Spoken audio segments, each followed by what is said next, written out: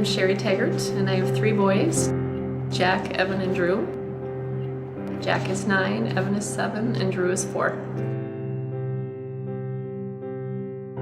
Jack was diagnosed in July of 2012. They kept suspecting leukemia, but they could never find anything. They thought it might have been rheumatological, but thought we better do a bone marrow biopsy just to make sure, because any treatments that she did would mask her leukemia if there was that. And so we went in that day, just thought it was going to be a formality. And then when the doctor came in after Jack had woken up from the procedure, who knew? It was really hard.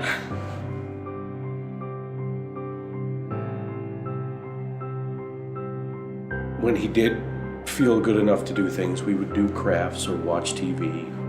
He really took to the painting. It was a great distraction. He had to concentrate on what he was doing, and even though he might have been hooked up to an IV, none of that mattered. He was just kind of lost in his own little world.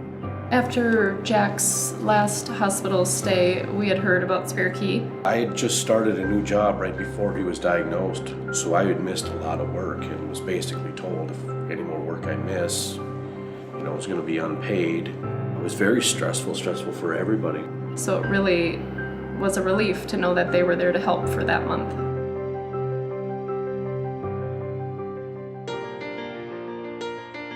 I'm a board member of Spare Key. I got involved with the organization 2 years ago. I also am a mother of 3 children, so the kind of work that we do and the support we provide these families hits home for me.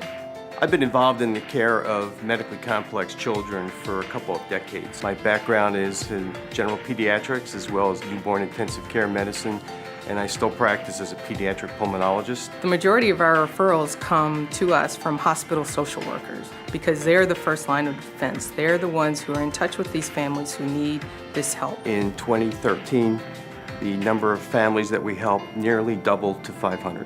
In the 16 years of its existence, Spare Key has helped more than 2,000 families who've had a crisis in their lives that's unimaginable to most of us. And in that same time, we've given over $2.1 million to families to help with housing assistance. Spare Key now is helping families outside of the state of Minnesota. This past year, we've provided services to families, financial help in states like North Dakota, South Dakota, and Wisconsin. And our plans for 2014 include 7 additional Midwestern states. I've seen the stressors for these families, and anything that we can do to relieve that stress and allow these families to get out of their work environments and spend more time with their ill children is very important. Consider a family who has a child who is seriously ill.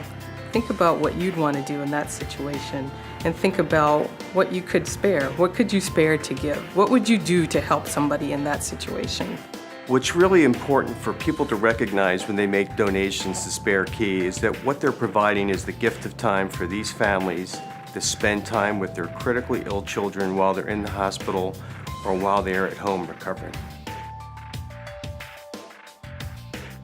It was a long journey trying to find out what exactly was wrong with Jack.